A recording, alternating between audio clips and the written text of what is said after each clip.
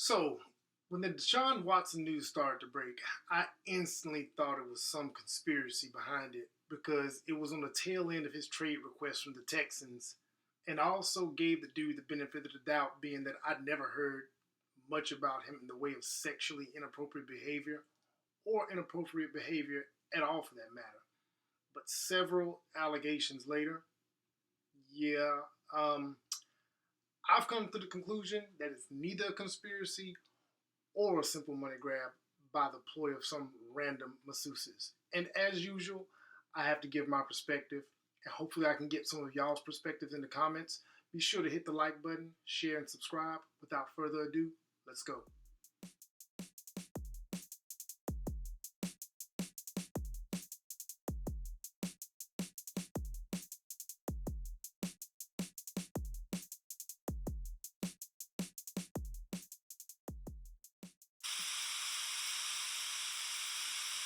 So, like I said in the introduction, I didn't take too much stock in the allegations at first due to the timing of it all.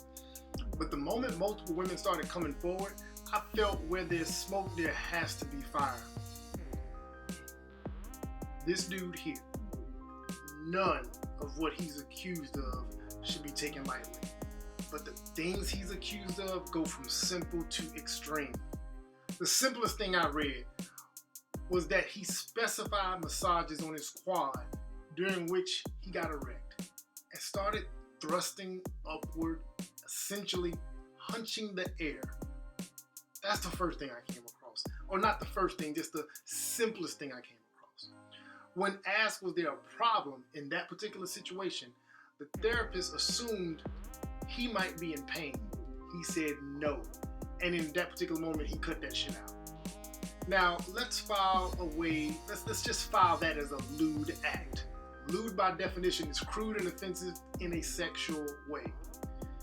In another or some instances, he's accused of getting naked and refusing to put his clothes back on. Now, I've gotten my fair share of professional massages, and at the very least, you keep a towel on. And in most cases, you keep your underwear on. Your drawers on specifically. I've never had a professional massage where I was naked. However, those type of establishments do exist, and we can get into that a bit later. Now, fellas, imagine this is your business, this is your job, this is how you make your ends meet. You show up to give a massage, and this woman is butt ass. Now, some of y'all are thinking, I love it. Yeah, sure. You would until you don't. A lot of y'all think y'all wouldn't be pressed if a woman took it upon herself to get totally nude in preparation of a massage. Let's argue that though. Imagine that you work for an actual team, and it's your job as a man to massage and stretch male players. You're a professional. You're a heterosexual. Well, what happens when the man gets butt ass in preparation of a massage or stretch session and then refuses to put his clothes back on? My point is that it's all good until you don't want that type of attention. And I know if you're a heterosexual male, the last thing you want is a male getting butt ass naked when you're trying to do a job that requires you to be in close physical contact with the client. Now, I didn't need to make it about heterosexual men dealing with this from another man. I could have went with the idea that it's a woman that a man doesn't find attractive. I could have went with the idea that a man is just a pure professional. There's other directions I could have gone with this example, but I've witnessed the visceral reaction that some heterosexual men have when another man displays any sort of sexual energy toward them. This isn't about heterosexuality and homosexual behavior. It's about attention you simply don't want. And if an individual persists after you've made that desire clear, there is a problem.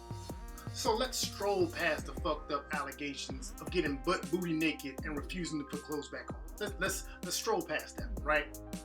Next on the menu of gross and disturbing behavior is making physical contact with his genitals and directing women to touch his nether regions during massage sessions. On the making physical contact part of this, I'm imagining partially nude dude grinding up against a massage therapist that has zero aspirations for that sort of conduct. Bruh. Women take issue with this in so many ways. I'm going to reference the biggest one, the goddamn club. Y'all ladies know what I'm talking about. And fellas, y'all do too. Don't play dumb. There's always that dude in the club that has to pass women with their pelvic region aimed at the, like right at the rear, kind of sliding against a woman's rear. Y'all know exactly what it is. If you've done it, you was fucked up for doing it. And if you've seen it, you witnessed some bullshit. Bruh. No, no, no, no. Now, all men don't do this. This isn't a general statement accusing all men of this behavior, but we know it exists. That is what I imagined when I read this particular accusation. Don't even get me started with the directing women's hands toward your love below. There's no more overt action than that. Bumping into a woman can be passed off as a bullshit mistake, right? You can play that off. But direct hands in any manner whatsoever is as obvious and overt as it gets. Now, at this point, there's not much else I need to read in terms of allegations to form an opinion on the type of man he is if these testimonies are in fact true. But there's more. Yep, there's more. According to details from the suit filed, it's alleged that the massage therapist, now living in Oregon, was coerced and intimidated by Watson to move her mouth toward his, forcing the plaintiff to perform oral on him. Plaintiff did not consent to any of this conduct. Plaintiff blacked out for a few moments out of fear. Okay? She blacked out for a few moments out of fear. This is beyond lascivious behavior at this point. Yo, man, we don't need daughters, mothers, sisters, or women friends to empathize with this. But imagine this happened to one of your loved ones. But y'all know where I'm about to take it. I ain't gonna ask you to imagine that you're a massage therapist for Rihanna and she's trying to get you to get down with the get down. Nope, that's not where I'm going.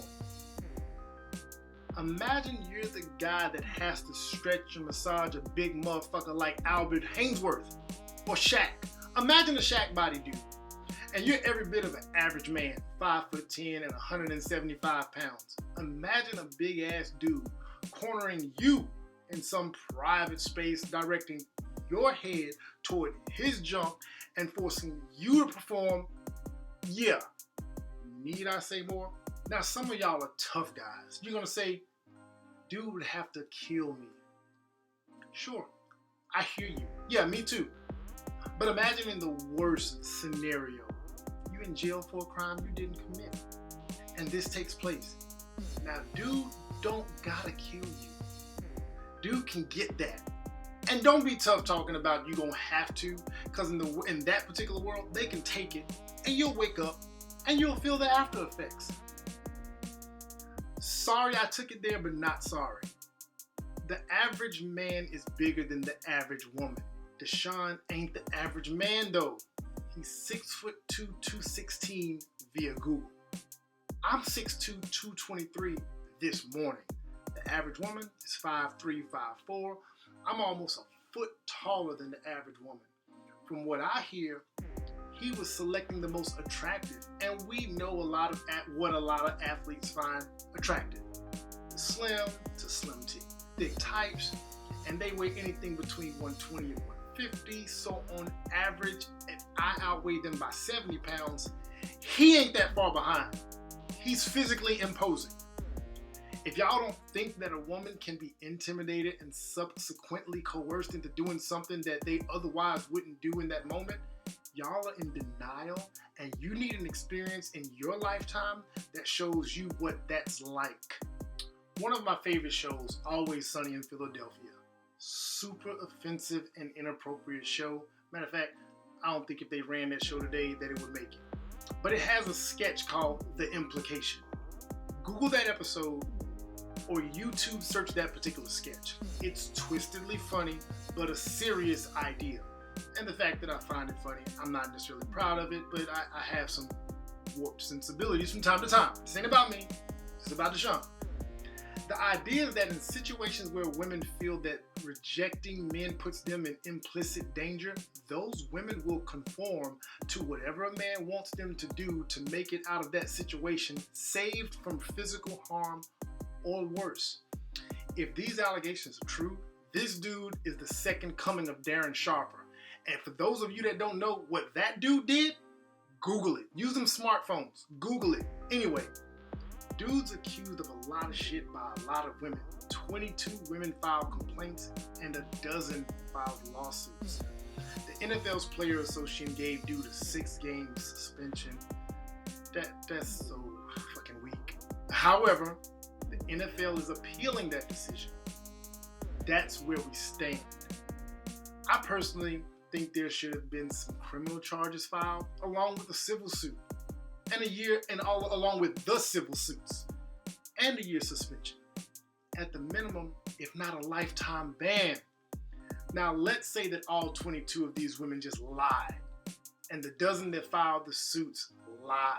Let's say it's all just a well-plotted ploy to take a black man down.